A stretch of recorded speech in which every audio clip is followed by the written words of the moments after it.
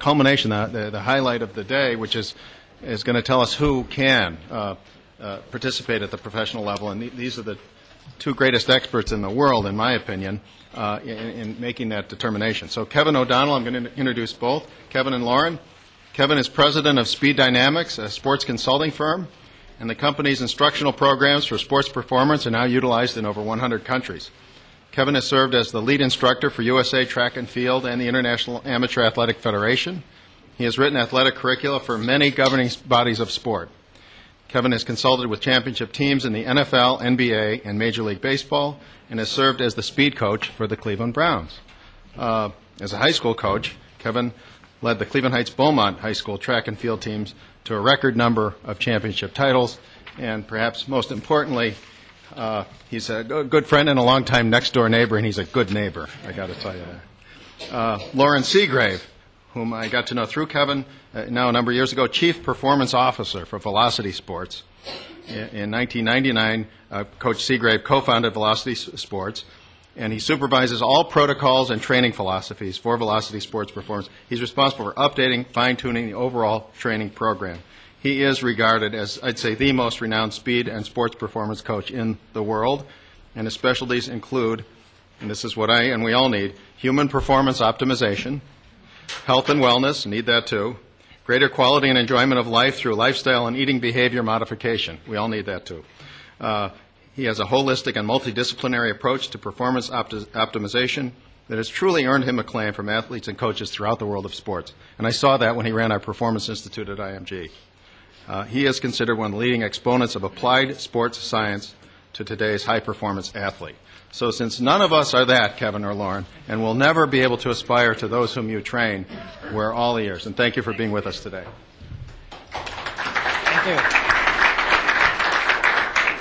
Good afternoon, ladies and gentlemen. We think of athletics as recreation, as sport, as entertainment, and today it's a business. But there was a time in human history where athletics was far more important. In fact, it was a matter of life and death. Well, if we go back, say, 20,000 years or so, our most ancient ancestors relied upon strength, speed, endurance, agility to survive from moment to moment. When they crawled out of their cave in the morning, you had to chase down your next meal, and you also had to avoid being the next meal of perhaps a saber-toothed tiger. What's the point? Well, before there was language, before science, before the law, the most revered in our society were athletes. So, gee, has it changed today? Well, you know, if you took a microphone and out on the street and asked the average man who's Terrell Owens and who is John Roberts, the Supreme Court will lose. So I do think today in our society, athletes continue to be a new level of celebrity. They are economic forces. They have become icons, and who among us has not daydreamed about joining their ranks, at least for a while? 25 years ago, a survey was done of American teenagers, many questions put to them, among them the following. If you could trade 10 years of your life for 1 year as a high-level athlete, would you do it? 60% of the respondents answered in the affirmative. That was 25 years ago. Today, when the same survey is taken, it's 77%. Now, I would use this statistic in the context of sharing with coaches. They're good kids, but they have no perspective. Scientists tell us today that the definition of old is 15 years past where you are. So for a teen, 30 is old, man. 50, I can't even imagine. 70, that's grandpa. I'll give those 10 years away and trade for 1 year as a great performance athlete.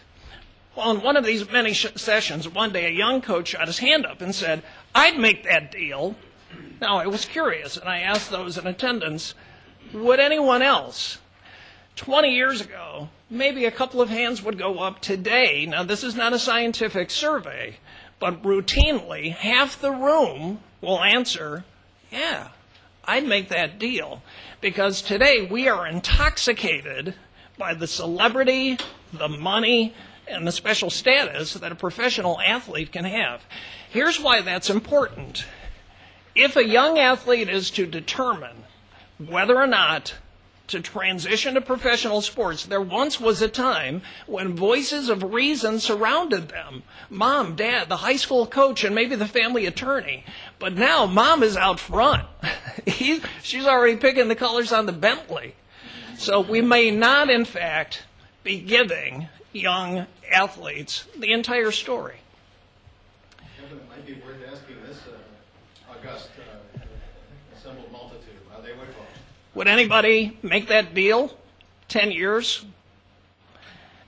No. Now, counselor, you don't get to pick which 10. Well, back about 20 years ago, my partner Loren and I articulated a training philosophy. It met with great favor. Soon, professional sports teams were calling upon us looking for a competitive edge. Then collegiate athletes were saying, I have to get ready for the draft, can you help? Free agents, after Plan B, were now, for the first time, having to audition to new teams and needed to improve their state of readiness.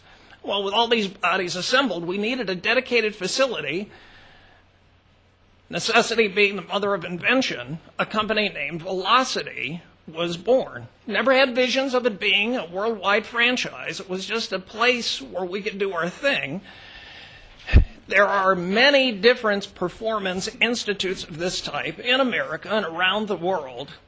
I'm going to let Loren, the captain of this particular ship, speak in detail to the form and function of training facilities, but what I'd like to address is the philosophy of training that you'll find there. If you're about to script a training formula for yourself or for a developing or an emerging elite athlete, there are some myths that permeate sport that have evolved over tens of thousands of years that will impede your best efforts.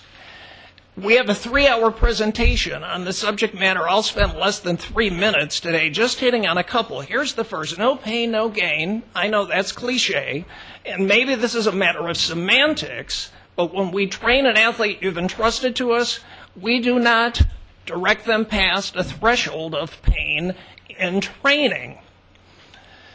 However, our athletes will testify that they spend a lot of time in a place they affectionately refer to as extreme discomfort. Now, there's a difference. Discomfort to the athlete is simply information on which you act. Pain is like the body's idiot light. If you look at your dashboard when the needle goes past the E and then a light comes on that says, hey, you're out of gas. In the same way, if you've gotten to the point where you're in pain, you haven't been paying attention. Now, if you're an agent, one of the reasons why the first conversations we have with athletes who are about to prepare for the most important tests of their young life is to say, let's keep it in perspective, because they want to impress you and me and everyone else in attendance. If you have a training injury, professional scouts are cynical and suspect sinister motives why you're not able to compete today. Maybe you're damaged goods. Oh, this was the first time ever. Yeah, sure, right. So you just can't afford to have damaged goods at the time of that audition. When you're looking for an expert eye to evaluate whether or not this kid is ready to jump to the professional ranks, you may think, well, I've got clients who are in the game today. They're surrounded by some of the greatest athletes in history. I'll ask them. Great athletes can't coach. Great athletes can't identify talent. Michael Jordan. That's one example. There are exceptions. Ozzie Newsome is absolutely exceptional when it comes to identifying talent. Quick story. Here in Cleveland, we remember fondly when Frank Robinson became the first African-American manager in the major leagues. On the night of his debut, the tribe was down, there was a man on. He inserted himself as a pitch hitter and concluded the game with a walk-off home run. as he trotted around the bases back to the dugout, he had a very young team, and they were cheering and celebrating and saying, wow, that's fantastic. And he was annoyed, and he looked at him and said, that's what you do. His problem was he could never relate to mere mortals.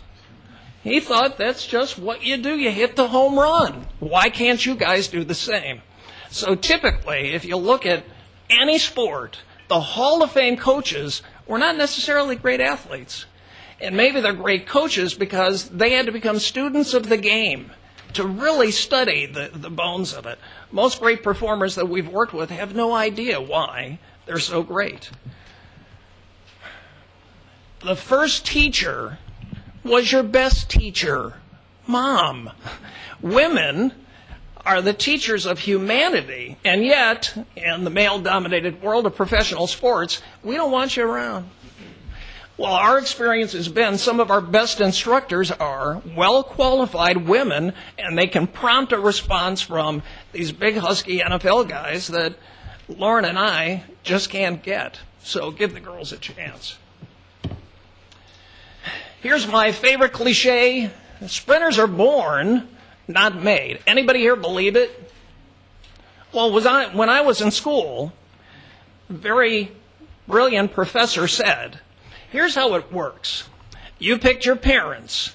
They gave you a genetic structure. And if we did a muscle biopsy on you today, you would find that you have a certain ratio of fast twitch to slow twitch. It can't change. Your destiny has been decided. Now, I always took issue with that. If you take a look at the characteristics of muscle and breathe a big sigh of relief, we don't have much time to go through it, but what it talks about is muscle has a metabolic and a neurological function. Twitch, cell oxidation, what it all means is some muscle is better suited for a particular task. Here's a study you should take to heart. Scientists took fraternal and identical twins, watched them grow into their teens, and when a brother or sister or two brothers would take a separate path, one played hockey, one decided to be a swimmer, they would do a muscle biopsy test. Don't try this at home. And when you examine those cells, the characteristics of the tissue were now different. This was supposed to be impossible. What can we conclude? There are no limits except those imposed upon your lack of imagination. So when we tell kids in advance, from birth, because you picked the wrong mom and dad, you don't have that potential, it's terribly unfair. I noticed that in the state of Kansas, well, they're going to be teaching next year that Adam and Eve rode dinosaurs to church. You know, I'm all for a different viewpoint, but we cannot neglect the science that absolutely has led us to conclude that human beings are amazingly adaptable. But here's one more myth that's worth mentioning, and it is uniquely American. The rest of the world doesn't see it this way. Over the past 20 years, we've largely concluded as a populace that sprinters are usually black and seldom white. And by sprinters, I mean anyone who has speed as a position-specific specialty. Just recently, the Air Force Academy coach, caught in the locker room after a tough defeat, said, I don't have enough black faces on my roster. That's why we lost. We're too slow. Well, he was reprimanded. About a week later, Joe Paterno, soon to be the winningest coach of all time, echoed those comments and said, well, the black athletes changed the game. Here locally, there's a radio host on drive time. There's nothing else on, so understand why I happen to be tuned in. And he said, I'm going to say the things that everybody's thinking but is afraid to say. The top sprinters in the world are black. The NBA is dominated by the African-American athlete. And in the NFL, running backs, wide receivers, corners, they're all men of color. So I'm going to say what you are afraid to, and that is that the African-American is a superior athlete. And he said, don't call me racist because I just paid you a compliment. Well, as usual, Trevisano got it wrong. What he identified is a trend. It's an obvious trend, but trends are in danger of a speedy disappearance. Here's another trend. Managing partners in American law firms are middle-aged white males. which obviously I can draw the conclusion that if you're not a middle-aged white male, you don't have the capacity to lead the firm. Well, no, we would never draw that line, but in sports we do routinely. In the 60s through the early 80s, this trend of sprinters being mostly black was not true. And in Germany and in the Eastern Bloc countries, they were producing championship performers year after year. Now, the cynics among you might say, it was all pharmaceutically induced. Tell you what, we could put everybody in this room on steroidal therapy, and I got a feeling there isn't a gold medalist in the bunch. Drugs alone can't do it. Here's the difference. In their system, when you're in first grade, you are tested. Your capacities are identified for music, for science, and for athletics, and you're retested every 6 months. There is a path projected for your development, and if you don't keep to it, you are kicked out of the system, and even first graders know it, so there is an incentive. The American system is, if you meet the minimum requirement, Billy, we'll pass you on to the next level. The only testing is the Iowa basic skill. You can't ask a kid to determine their own potential. They don't have the capacity to do it. So what happened in these countries is they identified talent. The real benefit was selection, and they developed it. That was part of the propaganda to prove that their system was superior. Well, I'm not a communist, but when you talk to the coaches who we've come to know now, we're all capitalists here, they have said, sadly, Germany and Russia have now inherited, along with democracy, Americans' crappy school system. And that's why you don't see the kind of performance that they used to routinely demonstrate. Here's why such a comment is not a compliment. When ethnicity alone qualifies you for a particular task, you can use the same basis to disqualify someone. Gee, you're really fast, but you can't play hockey and you won't swim. That's why those kinds of comments, though they seem so common, are racist. Maybe unintentional, but they're also stupid. Because they really, I have coaches tell me all the time, I have the slowest black kids in the world. No, you're just not teaching them any skills. Okay. So what is speed? Where does it come from? What's the basis? Speed is not a matter of fate. It's not a question of luck. It's not even an exclusive gift of genetics. Speed, my friends, is a skill, and it can be learned and developed by those who know how. That's been our specialty over the years. When people come to us, typically it's to get faster. I'd like to show you some of the methods that we utilize to accomplish that task. Your body really is an amazing mechanism, and it'll do whatever you ask, providing that you speak a language that it understands. And the language it knows best is repeated rehearsal. So as an example, I know that there are some joggers in this room. And you might log 30 miles a week at 8-minute pace, and it's helped you attain a certain level of general fitness. Good for you. But when you have to run to catch the bus, can you? You may have that sensation of, it's not that I'm tired, I just can't get my legs moving. What if on one of your runs you now take the dog for company and he's slowing you down? Running slower can actually be more difficult. Here's why. The body cannot distinguish between the results you desire and what you actually rehearse. So if you run 8-minute miles ad nauseum, you become an expert and incredibly efficient at running at that pace. When you try to run slower or faster, your body just isn't ready to do it. So what permeates so much of our training is mindless routines, archaic exercises that are actually creating terrible stereotypes. Long ago, we created a philosophy of training where the first tenet is, rather than focusing on one general picture, we're going to take athletic performance, break it down into component parts, master them individually, and then reassemble them for the competitive effort. The predominant philosophy of speed development in the world today is if you want to get faster, you better get stronger. And certainly there's some truth to the fact that strength contributes to speed. However, if I took a young athlete and I doubled their bench press and their squat, and we can do that in short order, does that mean that their 40-yard dash time has been cut in half? Well, no, because the gains are not proportional. And in fact, the gains to speed really fall off quickly when it comes to increases in strength. What about power? There are coaches in the professional ranks who have been in this profession their whole life who cannot distinguish between these two words. Do you know the difference? Strength is the ability to produce a force. Power is doing it in less time.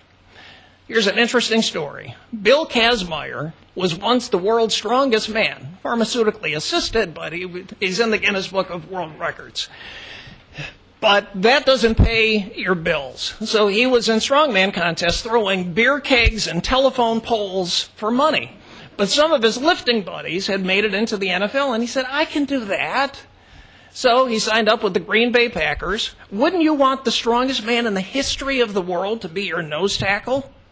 He was cut in 3 days. Here's why. He is the strongest man in the world, but when he displaces mass, it takes a long time. So the little guards who were half his size and only had a fraction of his strength were pancaking him, play after play. He had no power component. Do you think power is important on the professional sports level or even for a high school game? Absolutely. We don't train it. Coaches hope it materializes. They don't train it. In our program, we do. Now, when I picked my colleague up this morning at the coach's rest home, as usual, he was there with his walker, and we have a warm-up ritual. We go through lots of bending and so forth. Well, Loren was a great athlete in his youth, but he moves a little slower now that he's carrying his golden Buckeye card because his joint systems are not what they once were, and that's probably true for most of us. You see, when you're a little kid, there's a great lubrication in your joint systems, and the connective tissue is very pliable. As you get older, kind of like the Tin Man in a rainstorm, where it's very difficult to move. Well, even for 20-something athletes, if you don't use it, you will lose the capacity to go through ranges of motion. So our guys, every day, go through Jane Fonda-like exercises from the early 80s to increase the capacity of those joint systems, particularly in the hip. So if you can cover a greater range of motion, you can produce a greater force. There are 3 energy systems. Even though your sport may ask the most of one of these, you can't ignore the other 2. Aerobic, glycolytic, phosphagen systems, they all have their place. They're all operating all the time. We develop all of them. But if there was one change I could make in American sport, it would be on this topic, flexibility. Gee, do you need flexibility to be a great performer? The best running backs in the NFL can't get their hands past their knees. Some of the greatest sprinters in history can't touch their toes. They weren't great because of flexibility. Now, it's desirable. A flexible muscle can do more work. But here's the routine that both Pop Warner through professional ranks typically goes through. Little warm-up jog, then we'll all assemble, do some flexibility routines, and begin the day. When I was working with a team that ultimately won the Super Bowl, we were 2 weeks out from the game. High school kids would bring in a bakery, endless boxes of donuts. So the linemen, the hogs as they were known, would put donuts on each finger as they did their warm-up jog. Having the snack, they'd sit down. Of course, the warm-up was not monitored because we've done it hundreds of times. They know the routine, and we were rehearsing bad behavior, which the body can't distinguish from what you want and what you actually do. Very archaic. So when I criticized it, they said, on your way out, take a look at the trophy case. This is the way we always did it. People are very rigid in America when it comes to sporting traditions, but today we're going to prove them wrong. I'd like you to place your hand flat on your desk for a little learn by doing.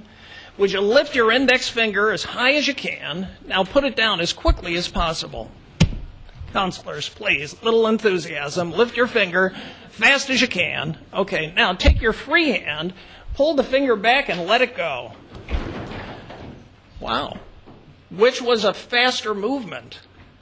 What you just demonstrated are two types of muscle contractions. The first one was a volitional message to the muscle to contract, and that's called concentric, and it's relatively slow. But when you stretch a muscle, it activates a thing called the myotatic reflex, the stretch shortening phenomena, and the muscle contracts at a rate of speed you could not volitionally replicate. Here's the point. Is that something you might want in performance? Sure is. Well, while I'm telling you why we're losing it inadvertently, why don't you pull your finger back and just hold it for about 8 to 10 seconds. There is a receptor in the belly of the muscle, an articular receptor. When the muscle lengthens, it sends a message to the brain saying, contract this tissue. If you don't let it, after 6, 8, 10 seconds, and you let the finger go, kind of went, the receptor turns off. So what do high school coaches do, including high schools close to me? They will systematically turn off the receptors in every muscle group responsible for explosive and ballistic behavior right before the game or training. The emperor has no clothes. Oh, but we've always done it this way, and it's wrong. So when we go into a program and let the athletes be the jury, do you prefer this antiquated means or an active, dynamic warm-up? The way to prepare a muscle is to use it. And there's a means and a method we don't have time to go through. The athletes 100% of the time will say, that's superior. And I'll have coaches say, well, that was very interesting. And they're afraid, too rigid, to change. Speed, I'm going to jump over that category and go to coordination. Coordination does not mean the ability to run through tires. More specifically, it's the skill of being able to turn on one muscle while turning off the one that opposes it. Now today we have a guest to help us. The First Lady is going to help us with the next learn by doing exercise. If you could assume the same position, put your arm up. You don't have to make a muscle. There are some in Python-like biceps in this room. Take your free hand and press it on the bicep. Now I want you to rotate your wrist so you're walking like an Egyptian. Rotate it back. What do you feel? The bicep is turning on and off. So let's assume you've got 22-inch pythons. If I ask you to do pull-ups, but make you do an overhand, what muscle is responsible for the task? The bicep's just been turned off. Why is an overhand pull-up harder? Because I'm using lats and deltoids instead of the bicep. So we spend a lot of time in the weight room, but if we don't show how joint position dictates muscle recruitment, the musculature doesn't matter. The way the wrist works also is true in the ankle. What's the number one injury for fast athletes? Hamstring pulls. And most have said, well, gee, they're too weak. No, those hamstrings are strong. The reason they pull is we never turn them off. So when this leg recovers, if you were to dangle your toe, plantar flex your ankle, and in fact, where you're seated, you can feel it. If you put your hand on the side of your leg and pull your toes up, change the position of your ankle, you feel a muscle fire. That's a gastrocnemius muscle, and it works as a knee flexor and also a great stabilizing support at landing. We've got to teach them how to use the muscle. And these are skills routinely ignored. We assume if you brought somebody from a top university or high school to us that they have some sport-specific skill, but very often they're lacking. Give me an example. Young man's a running back or a receiver. I'll throw him a ball. If he catches it in his body, we've got to change that. Professional scouts want to see hands in front, thumbs together, always catching in front of the body. Yeah, but I've always done it this way. Hey, I gave you the answer to the test. If you want to answer it incorrectly, go ahead. And finally, if you worked out today, you didn't get any stronger or faster. That happens tomorrow or the next day. The concept of supercompensation, where you stress a system, and over a period of 48 hours or so, it supercompensates or becomes better. Enthusiastic young athletes like to work hard every day, and they can, providing we're working on different sports systems. So Monday, it's acceleration and a heavy lifting day. Tuesday, it might be energy systems. Wednesday, it's working on maximum speed, where we're never stressing the same system and allowing restoration to occur. Questions, comments, critiques, criticisms? This is the shortest one I think I've ever done. My only regret today is that I won't have the opportunity to meet with each and every one of you personally and thank you for your kind attendance. But at least through these words we have met, and now it's my great pleasure to introduce not only a friend, but I've had the opportunity to work with some of the best coaches in the world and to sit at their feet and learn from them. And there's nobody better than your next speaker, Loren Seagrave.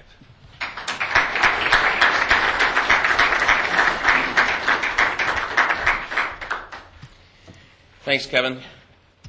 I'm going to do a little bit of trickery here and bring up this next presentation. Just before we get started, let me ask you a quick question. When was it that you started as a pre-professional developing your fundamental skills that you would later use in life? Like right now. When was that?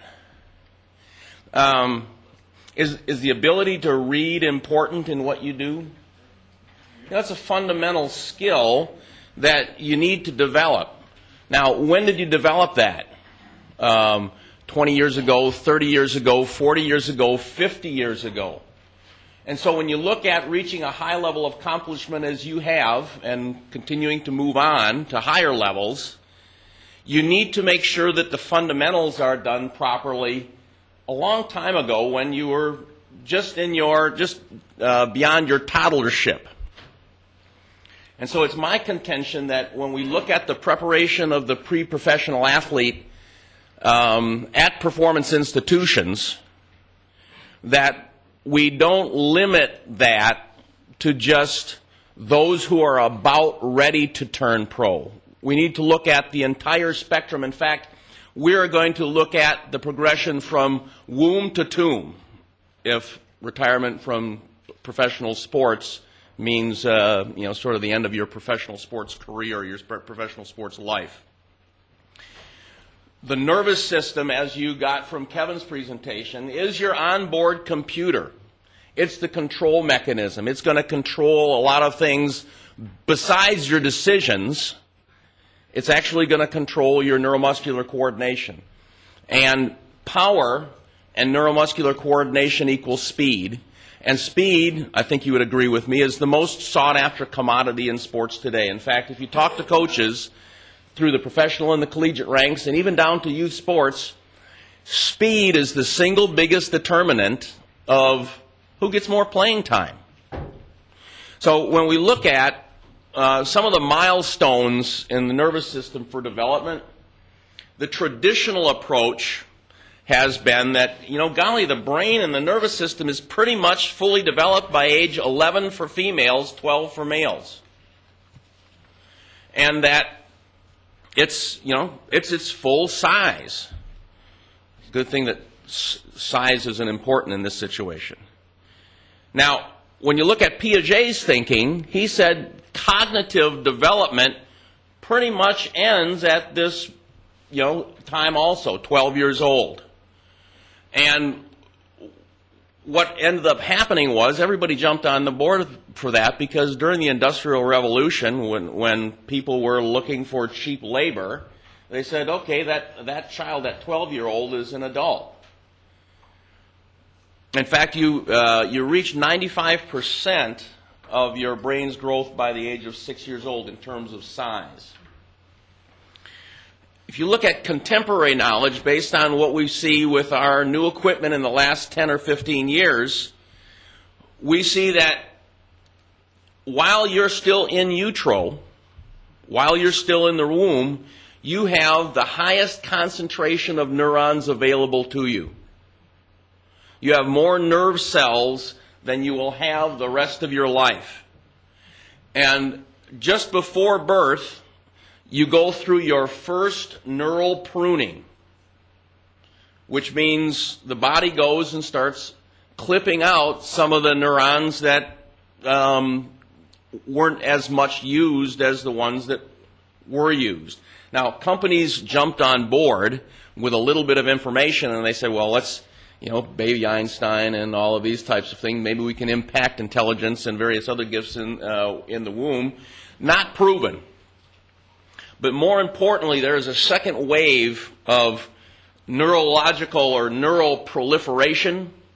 What ends up happening is the neurons start to grow branches. And this dendritic proliferation causes each neuronal body to become more bushy, more connections. And then what happens is pruning. So the old proverb, if you don't use it, you'll lose it, really holds true. Just taking a half step back at birth, Kevin introduced the concept of fast twitch and slow twitch muscle. At birth, you're pretty much all fast twitch. And it's the activities that you choose to do that will ultimately determine your fast twitch, slow twitch ratio. So it is highly, highly alterable. Now, the skill-hungry years for girls 7 to 11, for boys 12 or 8 to 12, this is when the nervous system starts laying down heavier and heavier cable, able to transmit signals much, much more quickly. So skill and coordination really increases during these years. This is when the nervous system is most plastic. And so if we really want to positively impact a person's performance ability when it comes to physical skills, this is kind of the age that we need to look at. The brain develops from the back to the front. And maybe the automobile rental agencies have figured this out a long time ago. But where Piaget said, about 12 years old, the brain is pretty much fully mature. We know now that the brain does not fully mature all the way up into the frontal lobes where decision-making occurs until about age 25 or even greater. So just an implication, we're expecting athletes in the late teens and early 20s to be making rational, sound decisions when the brain that participates in that hasn't really fully matured. And so this is where the most guidance is necessary in terms of these changes or these lifestyle decisions that are going to impact one way or the other the rest of their life. And then the other thing that occurs, of course, is then the second, just post-puberty, another proliferation that's also spawned by a cascade of hormones. Now, Kevin alluded to the Eastern Bloc approach, particularly the East German approach of testing children when they were young and evaluating them on a regular basis. It doesn't happen in the United States. Did a while ago when people valued physical education and there were various tests, but there really wasn't anything done with the information. And so the nervous system is most plastic during the skill-hungry years. The next opportunity to really develop the young athlete in terms of their speed and their athleticism is during puberty. The time when the athlete is at greatest risk of injury is during peak height velocity, or what we used to call growth spurt. And so looking at the preparation of the pre-professional athlete in specialized academies or institutes, we have to really understand that there's some danger times in there where we can't treat young athletes like small adults, just from a physical stress standpoint. We know, for example, in the sport of track and field, talented junior athletes, almost without exception, the people that are medal winners at the World Junior Championships, most often more male than female, disappear until age 22 or 23. And so there's a real movement afoot in terms of the International Association of Athletic Federations. They changed their name from International Amateur Athletic Federation. That they promote the development all the way through age 23 of a systematic world championships, rather than kind of what's been done from a political standpoint is promote a youth championships, which is, children 16 and under. And then peak performance time really should be in the mid-20s. We're seeing that, the ethos of 30 years ago, which was sort of, live fast, die young, leave a good-looking corpse. That's kind of gone by the wayside, and that, to live an athletic lifestyle really means to make positive choices that are going to affect your ability to play a long time. What was it that your mom or your dad told you when you got your first expensive toy? If you take care of this, it's going to last a long time. You only get one of these bodies. And if you take care of it, it'll last a long time. And I think that we're seeing now athletes continue to prolong their careers much past where people had in the past. It used to be, talking about Olympic sprinters, for example, 22, 23 years old, you're washed up. Now you see people contending for medals in their 30s and even as they approach 40 years old. And so that the management of the institutions of specialized training, specialized preparation in order to be able to help the aging athlete get another year on that contract, another $1 million for that year, that's a pretty good retirement plan. And so there's a need that happens there, not only to turn a professional, but to stay in the profession and continue earning. What does it take to perform like an expert? We have to kind of make the assumption that professionals are pretty expert performers. And if you talk to people in many walks of life that have looked at this, it takes about 10 years of 3 hours a day, 10,000 hours of deliberate practice in order to become an expert performance. Now, you see this in the medical world, you see this in your line of work, that a person that's perhaps a trial attorney is working at this for a significant amount of time before they can really say that they are on the top of their game. Musicians practice countless hours for years and years and years and then keep practicing. Same with world-class athletes. Now, here's the thing. If you start at 8 years old and do 3 hours a day, is that a probable scenario that by 18 you become an expert performer?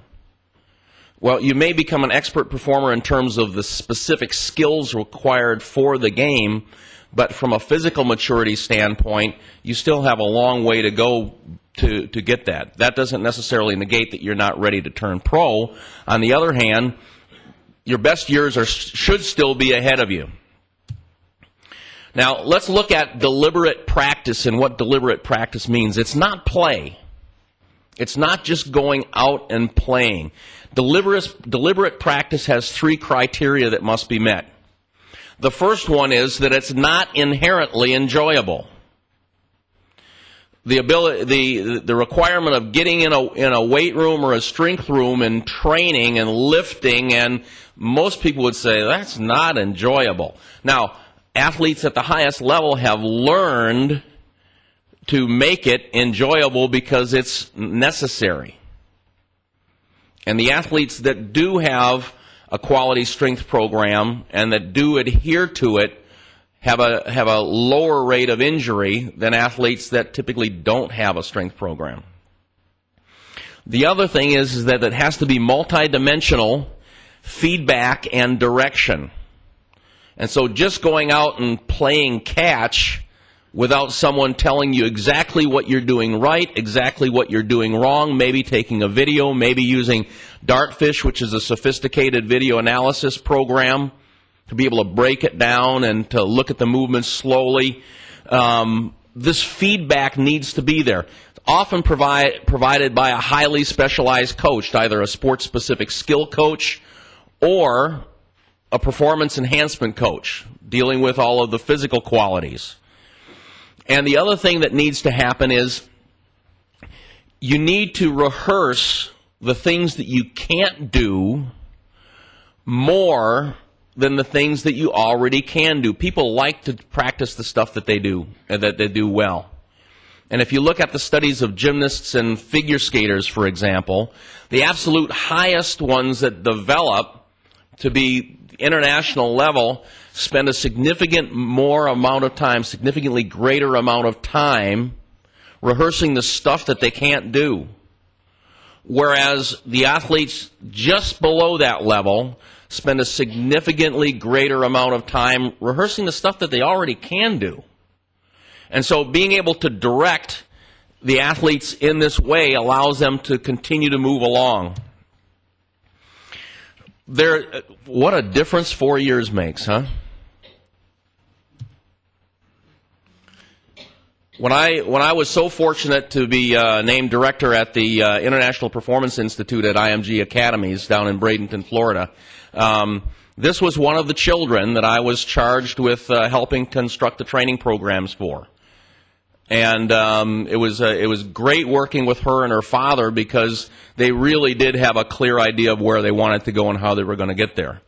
But the parent in this situation worked with the coaches and established a tremendous program that integrated the development of physical skills with technical skill training. They were able to coordinate all of the different coaches, and sometimes working with 2 or 3 different tennis coaches in a year because of the different things that they were looking for. They were able to, along with consultation with coaches from the International Performance Institute and the coaches at Voluntary Tennis Academy, put together age-appropriate training programs. Maria told me when she first came to the United States, the tennis racket that Max Murney gave her was almost as tall as she was. But to be able to have this long-term vision and to be able to have a parent be able to supervise and put this together was a fantastic thing to be a small part of. Programs have to be planned and periodized. During my watch down there of 18 months, she went through peak height velocity. Now, what that means is her rate of growth was exponential. And this was the time we knew that she was going to be really subject to injury. So they passed on some tournaments, cut back some training, reduced some number of hitting sessions, started counting number of serves and measuring all of those types of parameters. And she was able to get through that relatively unscathed. And the other thing is to be able to set up volumetric controls in terms of not just physical training, but regular training. We see young athletes today, little leaguers, that are throwing more pitches than major leaguers because there's relatively little volumetric control, or they're playing for 2 different teams. Our director of operations at Velocity Sports Performance has a 13-year-old nephew, and last year he played 130 baseball games.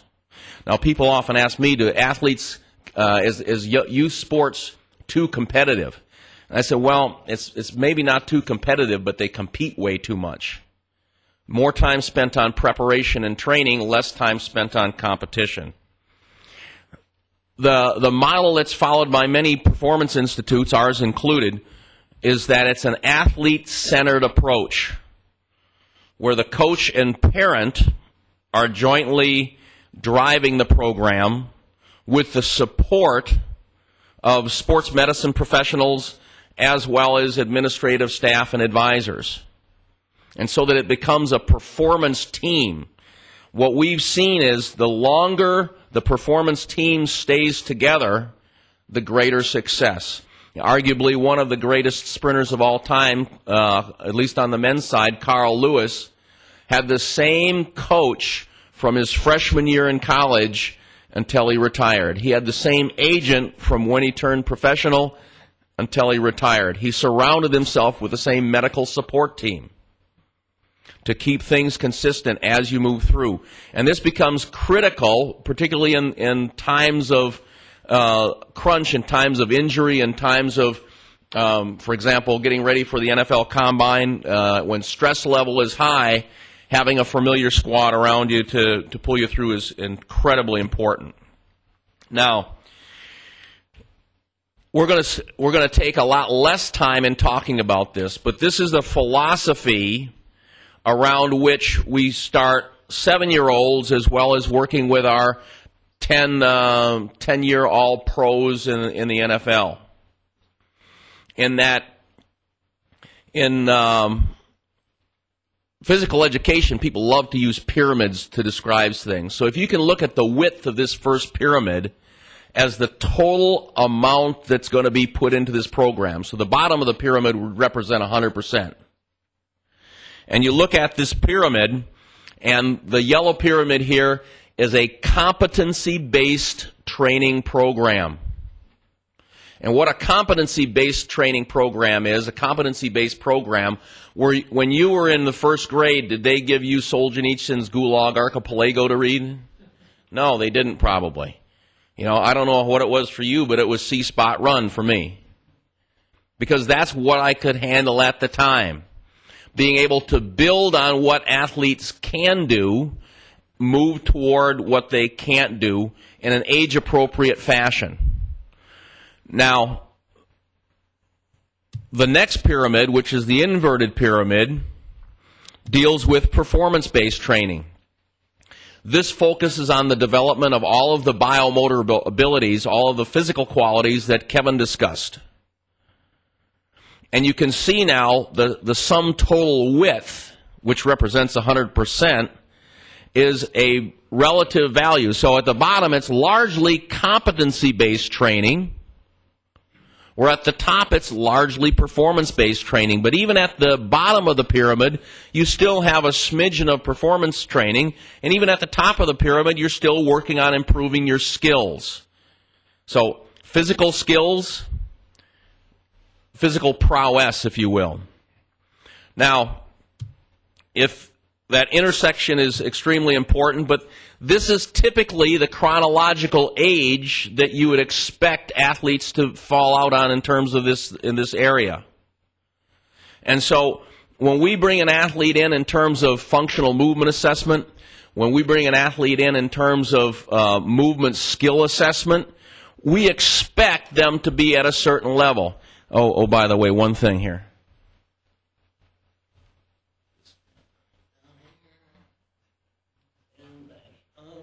That active dynamic warm-up really works, by the way. Those joints were kind of stiff this morning. And so what we see here is we see roughly 2-year increments starting at 6 years old. And this is when we can start to get some indication of an athlete's developmental age. Now, even before that, for those of you who have young children, you'll know that these fundamental movements at the bottom, which is what we're trying to go for, goes beyond just the development of catching and kicking and throwing and striking. There's jumping and hopping and galloping and sliding and skipping. Interestingly enough, we expect to see mature skipping patterns right around age 4, but maybe even age 5. I can tell you that every team in the NFL has 2 or 3 guys that cannot skip. And if you really want to embarrass a highly paid professional athlete, ask them to skip backwards.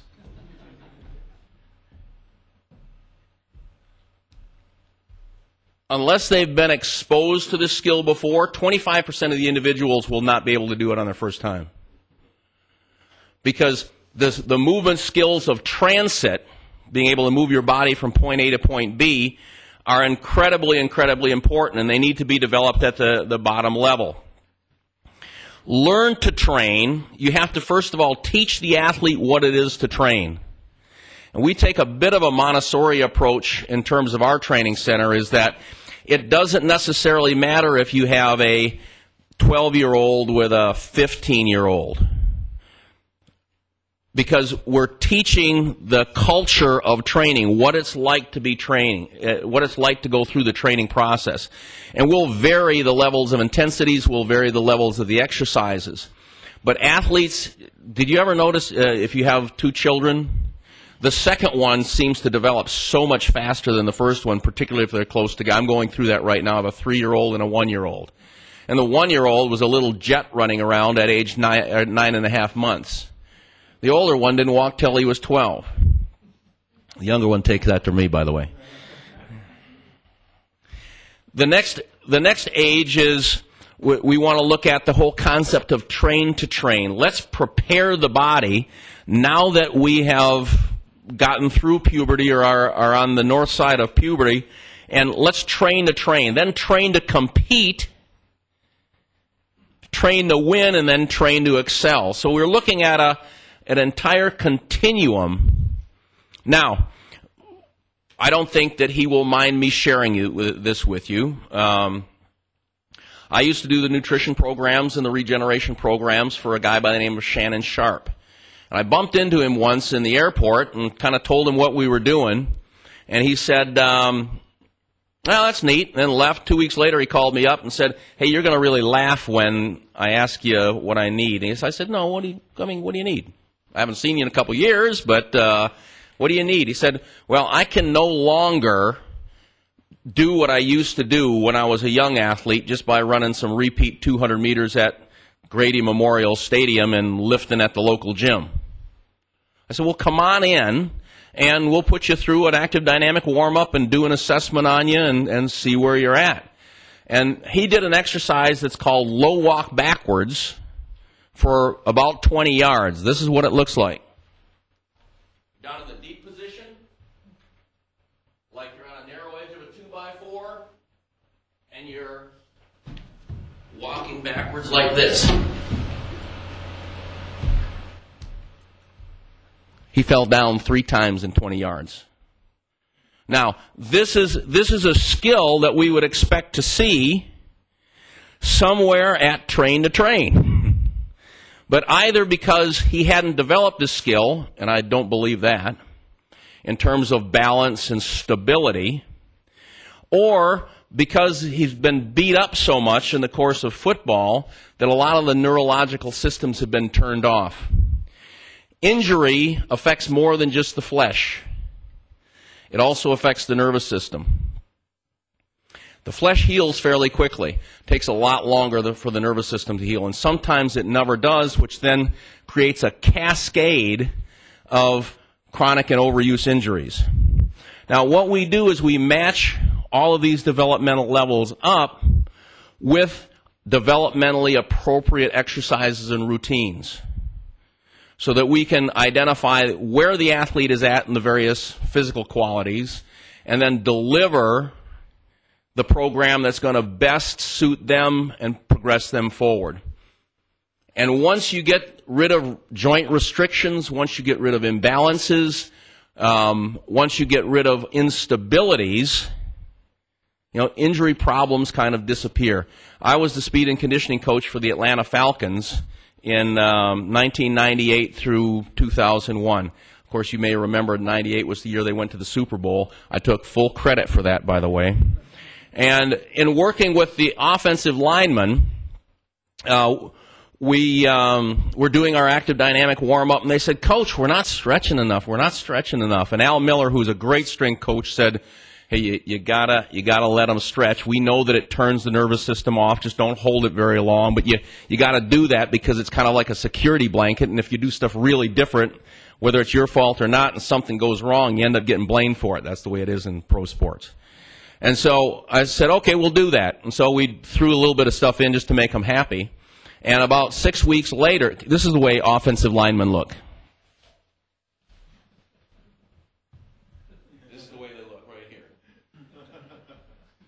And that because they've been beat up so bad and they're so restricted and so tight in the hips and they've lost their abdominal and postural control, they have to use their low back muscles in order to stabilize their vertebra. And so consequently, they've all got low back pain. And so they said, oh, we got to stretch our back more. We got to stretch our back more. And so, okay, I got to stretch your back. If you got a tight muscle, stretching it ain't going to be the thing that does it for you. But after 6 weeks, they said, how come we aren't stretching anymore? I said, is your back hurting? He said, no, it's not. Where did that go? Well, it went away because we finally loosened up the hips. We finally got you to control your abdominal muscles, and we finally then got the back to relax because now you're stabilizing your spine properly. If you put an EMG on an NFL lineman on their stomach and on their back and you ask them to do a sit-up, their back muscles fire first.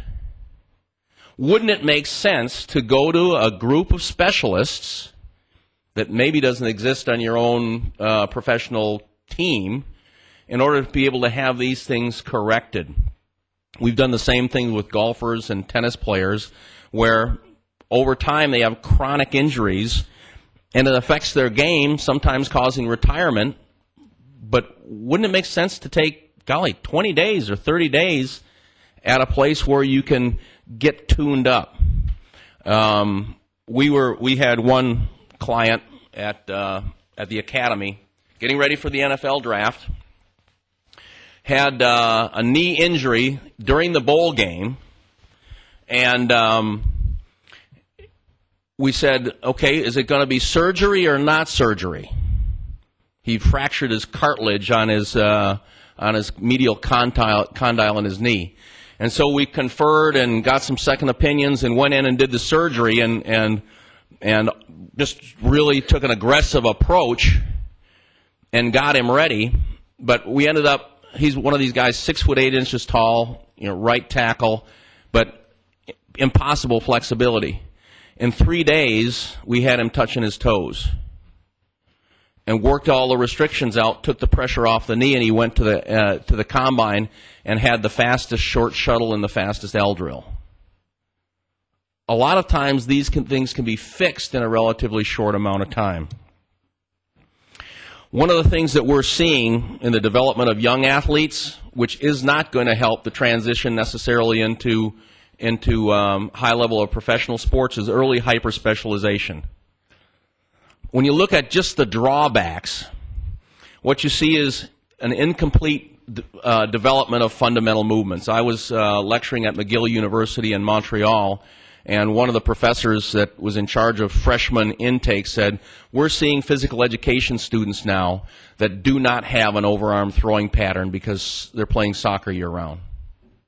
Now, I don't know if this is a good thing or a bad thing, but they're not developing a complete set of athletic skills.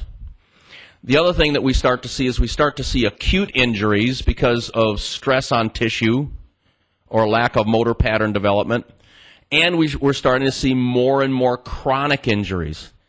We're starting to see stress fractures in all sorts of bones that we hadn't seen them before in 12-year-olds. And so the thing that impacts most profoundly, however, is several of the studies that have been done on expert performance. One of them looked at NHL players, National Hockey League players. And it took and evaluated National Hockey League players versus guys that played in college or junior A and just didn't quite make it. The higher level players played more sports when they were growing up and had a tendency to play those sports longer. Even into their professional career, they played another sport recreationally. Whereas the athletes that didn't quite make it were the ones that started reducing the number of sports earlier and concentrating and focusing on sports earlier. I participated in our Sacramento facility with a pretty good athlete. He's now an orthopedic surgeon in a panel discussion by the name of Eric Hayden. Pretty good athlete.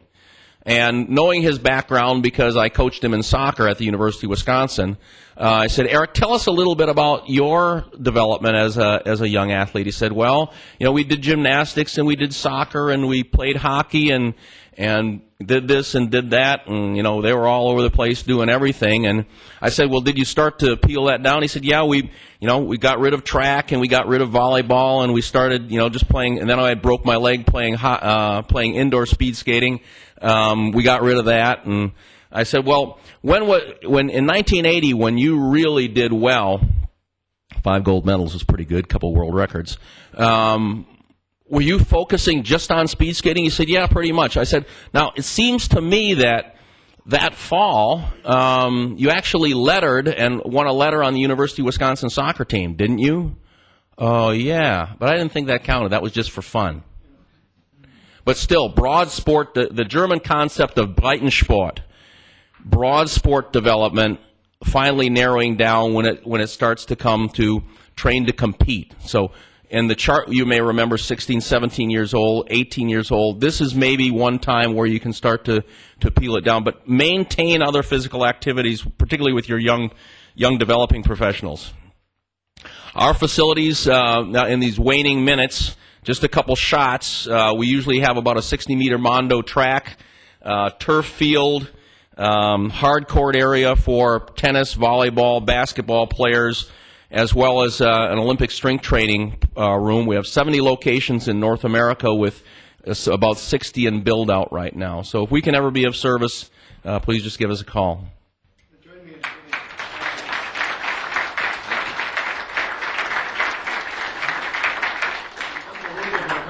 I can't believe it only cost $85. Cheap at twice the price. Right. We do have just 2 minutes for maybe 2 questions, and I'll take the liberty of asking the first. And that is, in all of this, Kevin and Loren, can you tell at that age, 10, 12, 14, this is a kid who could get a Division I scholarship, this is a kid who could be a pro? How much of it is prowess and how much of it is, participation and application of everything you've been talking about? It really is. There's, again, the 10,000-hour rule really applies. If you get with the, speed is a skill. It can be taught by coaches who know how to teach it. But not every coach knows how to teach skill and athleticism from a physical performance standpoint. I think you'll agree with me, any coach can make you tired. Is that right? Yeah. But the whole, I guess the take-home message is that you can't really tell who's going to develop from a physical standpoint, much less a psychological standpoint, and then you still got, what's inside in order to become a professional athlete. Quick example, a young woman growing up in Memphis, Tennessee, Memphis Melrose High School, went to LSU. I joined the staff down there. She saw that she could be great if she changed some of her choices and did the training and applied herself and that type of thing, and went from 12.2 in the 100 meters her first year to 11.43, and then went to 11.15. And then she went to 11.07. Oh, by the way, she long jumped 22 feet 9 3/4. And in 1988 ran 10.83 seconds in the 100 meters and became the 4th fastest woman in the history of the world. Peter, you've got to understand that she was cut from her middle school track team because she wasn't fast enough. You can't tell. So the lesson is, keep trying. Kevin, you want to add to that, or is there any other? Only if you examine age group records for most sports, you won't recognize any of the names because they were all finished by the time they were 10 or 12. So early specialization is usually the kiss of death. Just one question, or one or two. Matt, go ahead. Oh, I was just wondering, is there a special combination of sports to help out one sport? Because when I was in high school, when we played football, they told us, oh, you got to wrestle too, like, get that hip movement or whatever, and then, you can run track as well. But, it's football and baseball a good combination too, because you see a lot of... Was your football coach the wrestling coach as well? There's your answer. It's a good thing you didn't teach sewing.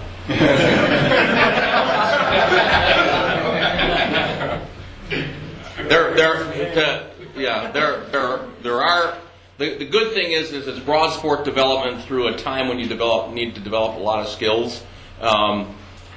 Football, wrestling, baseball, track and field, now lacrosse, the fastest growing high school sport. All of these things work well together because energy system demands are fairly similar. But, you know, golf, although it's a good recreational activity, might not contribute as much to the development of the athlete. Okay, one more. Is there any particular age group or sport that is more receptive to your novel ideas than others? You suggested that some groups of coaches are resistant to change. There are progressive coaches in all different sports, and just a matter of, you know, the whole concept of performance enhancement training, particularly using institutes and using centers, is a new concept. I mean, it wasn't an industry 3 years ago. And what we do is spend most of our time educating coaches and parents how we can be part of their support network and just like another assistant coach to be able to help them out. Are you getting them at even elementary school level or middle school level? Middle school is where we probably see our biggest bubble. You have to understand that middle school is where you have the largest number of participants. It's also where you have the largest number of dropouts from sport, because children sit there and look up and they go, I'll never be that big, I'll never be that fast. And until they see a way to get to that level, a system to be able to take them there, they get frustrated and they drop out. But learning skills and being celebrated in the training session starts to become fun, and we believe that confidence is always preceded by competence. The biggest impediment to advanced thinking is tradition. Coaches tend to coach as they were coached. So in answer to your question, who's been most open-minded? Gen X sports. Because there is no history. No they template. had no coaches. It's right from the playground to a competitive event. Biology of Belief. Latest book I've read. Really good one. Let me ask a facetious question. Can we hold that till the individual part, because we have two more panelists waiting for us. I didn't know that. Yeah, and they're from the Indians, and I don't want to get them mad. So on behalf of the Institute, it's my great pleasure, and Craig, thank you, and Dean Jerry Korngold, for giving me the great honor and privilege to present you with a token of our esteem and appreciation.